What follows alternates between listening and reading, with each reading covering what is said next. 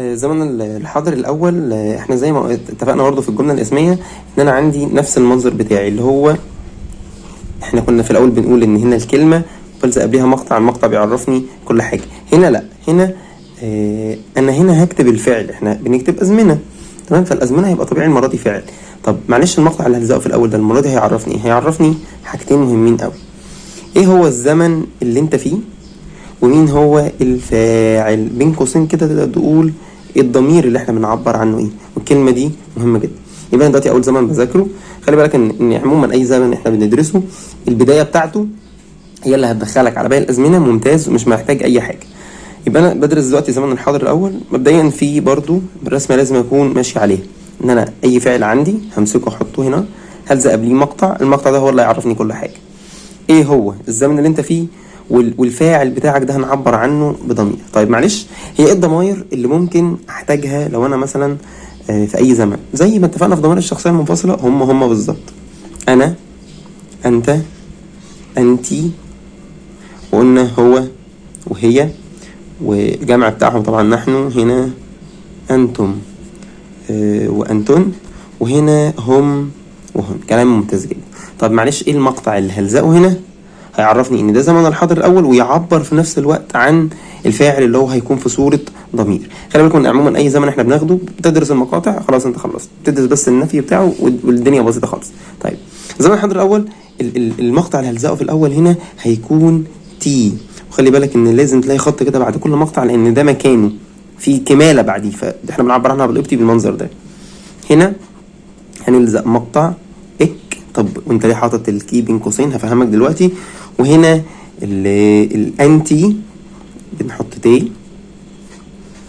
هو فادي هي ساره لو فاكرين في ضمن الشخصيه المنفصله بتساعدنا ساعات في حاجات زي كده. المقطع اللي هلزقه هنا اف واس، وهناك في نحن هيكون تين، وهنا تتين سي. طيب معلش بس عشان اكون فاهم، انا دلوقتي انت عملت ايه؟ انا دلوقتي بقول لك ان دي المقاطع اللي احنا نلزقها في بدايه الفعل هتعرفني ان دي زمن الحاضر الاول. طب ايه الفاعل بتاعي؟ الفاعل بتاعي انا هعبر عنه على حسب المقطع اللي هحطه. يعني مثلا لو قلت تي وبعد كده الفعل، يبقى اللي عمل الفعل ده انا وفي زمن الحاضر الاول، وهكذا على الباقي. تعالى مثلا نضرب مثل بسرعه جدا جدا عندنا في الكرازه. مثلا الجمله اللي احنا هنتكلم عنها، اريد ان اشرب. تمام، طبعا بدون دخول في اي تفاصيل، ان هنا عندي كام فعلين، هنا عندي فعلين بس، احنا هنطبق عليه على اولاني بس. فان اشرب دي هتبقى ثابته في الامثله بتاعتنا. يشرب يعني سو، تمام. ان اشرب تمام تبقى ايه سو، برضو مش مهم ايه اللي انا كاتبه ده. تعال بقى نشوف حاجه مهمه. اريد انا اللي اريد يعني انا، فده زمن الحاضر الاول. طيب يبقى ايه المقطع اللي المفروض اللي الزقه قبل يريد؟ طب يريد يعني ايه؟ اقول الفعل اهو بتاعي واوش. مين اللي يريد؟ انا، يبقى تي واوش. طيب لو كنت عايز اقول تريد، مين اللي يريد؟ تريد انت. مين اللي يريد؟ انت اهو فتحه اهي وفي زمن الحاضر الاول. يبقى هنا هقول طبعا سي ايه سو دي مالناش دعوه بيها، هنا هتكون انت. معلش بفكرني، هنا هتبقى اك اوش. طب معلش بقى دلوقتي انت لازم تجاوبني على سؤال مهم.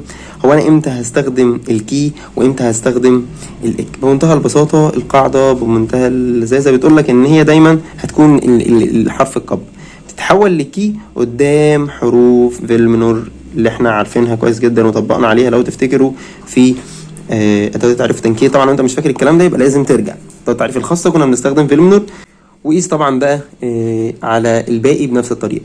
يبقى انا هنا لو عايز اقول هم يريدوا هم، يبقى هحط هنا سي واوش. الفعل ما عملتلوش حاجه، الفكره بس ان انا عمال اغير في المقطع بتاعي. فيبقى احنا كده خلصنا زمن الحاضر الاول.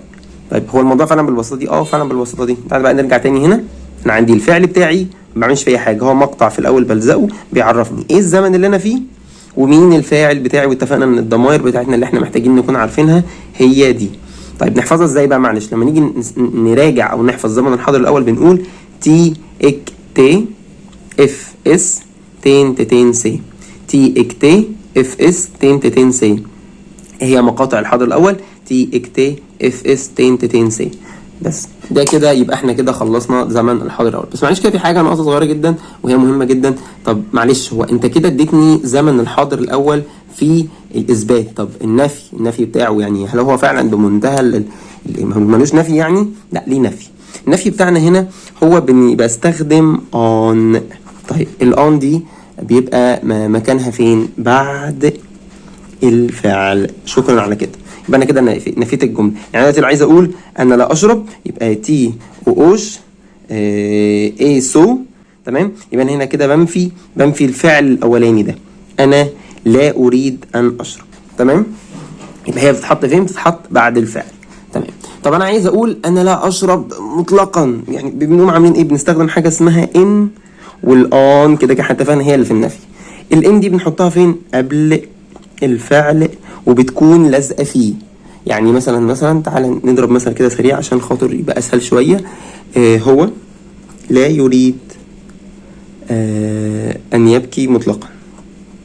طيب انا هل هو دي بقى هترجمها بانصف؟ اقول لك لا. ليه؟ لان احنا دلوقتي خرجنا بره الجمله الاسميه، احنا دلوقتي بنتكلم في جمله فعليه، وهو هقدر اعبر عنها بمقطع. طب معلش بقى ايه، اكتب لي بقى الجمله بتاعتي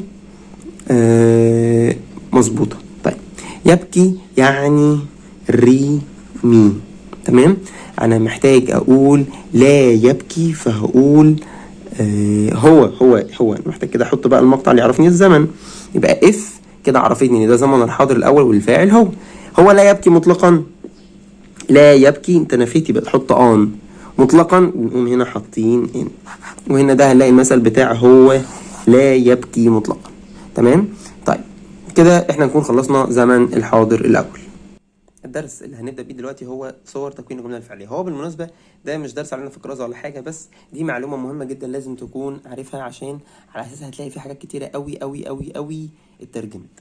طب معلش، هو انا اقدر اكون الجمله بتاعتي بكام طريقه؟ كل ده بيتوقف على الفاعل بتاعي، ايه طريقه ظهوره في الجمله. يعني انا لو كان الفاعل بتاعي اسم ظاهر هعمل ايه؟ ولو كان الفاعل بتاعي عباره عن ضمير مستتر. طب تيجي نلعب شويه. لو كان الفاعل بتاعي عبارة عن اسم ظاهر زائد ضمير مستتر، تعال نعكس ان انا هبدأ بالضمير المستتر وبعد كده هحط الاسم الظاهر. طيب كده انا بشرح الدرس بوجه عام بعيدا عن زمن بعيني. صور تكوين الجملة الفعلية بتعتمد على الفعل، ايه طريقة ظهوره في الجملة اللي انت بتتكلم عنها دلوقتي. هل الفاعل بتاعك اسم ظاهر؟ يبقى انا محتاج حاجة هنا اسمها علامة زمن. علامة الزمن، وبعد كده هحط الفاعل بتاعي اللي هو هنا اسم ظاهر، وفي الاخر بحط الفاعل وكده اكون خلصت. طيب لو انا عايز اقول ضمير مستتر يبقى ده الشكل اللي احنا درسناه المرة اللي فاتت. الفعل اهو، الفعل هتجيبه وتلزق في مقطع هيعبر لك عن حاجتين. فاكرين ايه هي؟ قلنا ايه هو الزمن بتاعك ومين هو الفاعل، بس هنا بيكون في صورة ضمير. احنا كده ما قلناش اي حاجة. كلام ممتاز جدا. تعالى بقى بعد كده نشوف، طب لو انا عايز استخدم اسم ظاهر زائد فاعل، فبمنتهى البساطة احط الفاعل بتاعي اللي هو اسم ظاهر واقوم حاطط المقطع بعديه الفعل اهو والمقطع تاني بعديه. دي الاسلوب ده والاسلوب ده في القبطي مستخدم اكتر بكتير من الاتنين اللي فوقيه. ليه؟ لانه بيبقى توكيدي قوي. انا جبت الفاعل كاسم، يعني انا بقول مين اللي عمل الفعل وكمان بعبر عنه في الضمير بتاعه، يعني انا باكد المعنى جدا وكمان بايه؟ بيعرفني الزمن. الكلام ده مفيد جدا جدا جدا جدا في درس زي الدرس اللي فات اللي هو زمن الحاضر الاول. ليه؟ لان انا ما قلتش حاجه اسمها علامه الزمن. اول مره تسمع مني الكلام ده دلوقتي وانا بقول الدرس ده. طيب دلوقتي في اخر صوره معايا ان انا هبدا بالضمير وبعد كده هحط في الاخر الفاعل اللي هو بتاع اسم ظاهر. طب انت بذمتك بدات بالضمير وعبرت عن اللي عمل الفعل بضمير، ينفع تحطه كده مره واحده؟ لا، بتحط بقى وتحط قبليه حاجه اسمها انجي، اللي هي بالعربي ممكن نترجمها بمعنى انا اقصد. يعني مثلا كاني بقول ابونا يصلي. بفرض مثلا ان احنا هنضرب مثلا حاجه زي كده، ابونا يصلي. فانا قلت في المثل ده ان انا قلت يصلي ابونا. هو انا مين اللي اقصده؟ ابونا. اعني او اقصد ان ابونا هو اللي صلى. طبعا هنا ابونا يصلي. شكرا. لما تيجي تقلبها بقى انك تقول يصلي وعبرت عن ابونا بضمير، فما ينفعش تجيبه فجاه، لازم تحط قبليه حاجه اسمها انجيل اللي هي بمعنى اعني او اقصد. تعالى بقى على طول، انا كده قلت لك كل حاجه. تعالى بقى نطبق على طول مره واحده. تعالى نطبق مثلا صور تكوين الجمله الفعليه في زمن الحاضر الاول اللي احنا مثلا خدناه. الجمله اللي انا هترجمها ابونا يصلي. تعالى كده على جنب هغششك واقول لك ان كاهن او ابونا، يعني احنا بلاش نكتبها ابونا، هنخليها الكاهن، ماشي. الكاهن يعني أويب، ودي كاهن. ولو عايز اقول يصلي، إشليل. دي احنا يمكن بنقولها كتير قوي في القداس فالناس عارفاها، دي فعل يصلي. طيب هل هحتاج حاجة تاني لغاية دلوقتي؟ لا. تعالى بقى نجرب الحالات بتاعتنا. الحالات بتاعتنا واحدة واحدة. أول حالة، هل ينفع استخدمها؟ لأ، لأني ما عنديش علامة زمن. يبقى كده أول حالة باظت. تعالى نبدأ بتاني حالة. تاني حاجة اللي بتقول إن أنا عايز أحط ضمير، فيبقى هقول بمنتهى البساطة الفعل بتاعي إش ليل، وهلزق هنا المقطع بتاعها. هو مين اللي يصلي؟ هو فاكرين هو كانت ايه؟ تي اك تي اف. هو فادي، هي سارة، زي ما تحب تفتكرها. يبقى كده انا قلت هو يصلي. تمام جدا. طيب عايزين نقول بقى الحالة الثالثة بتاعتنا، ان انا هقول ابونا يصلي. ابونا يعني او الكاهن يصلي، يبقى بي، ودي اداة التعريف بتاعتي، ويب، ادي هو الكلمة. وبعد كده هقول اف، ده المقطع اللي لزقته في الفعل بتاعي اللي هو اشليل. كلام ممتاز جدا. طب تعالى بقى نعمل الحالة اللي هي عكس دي. يبقى هعمل ايه؟ بمنتهى البساطة هبدأ باف اشليل، وهقوم عامل انجي بي ويب. تمام. يبقى احنا كده خلاص شرحنا صور تكوين الجملة الفعلية، هم 4 صور. لو في زمن، في علامة زمن، الحالة دي بتبقى شغالة معايا لأن أنا كده بعبر عن الزمن والفعل هو ظاهر قدامي. ضمير، يبقى ده الرسمة اللي احنا عارفينها وشاطرين فيها جدا. اسم ظاهر ده ضمير، بنحط الاسم الظاهر وبعد كده بنحط المقطع. طبعا هنا لو في علامة زمن بتتشال. تمام. رابع حالة اللي هي هبدأ بقى بالضمير وانهي بالاسم. ما تنساش تحط كلمة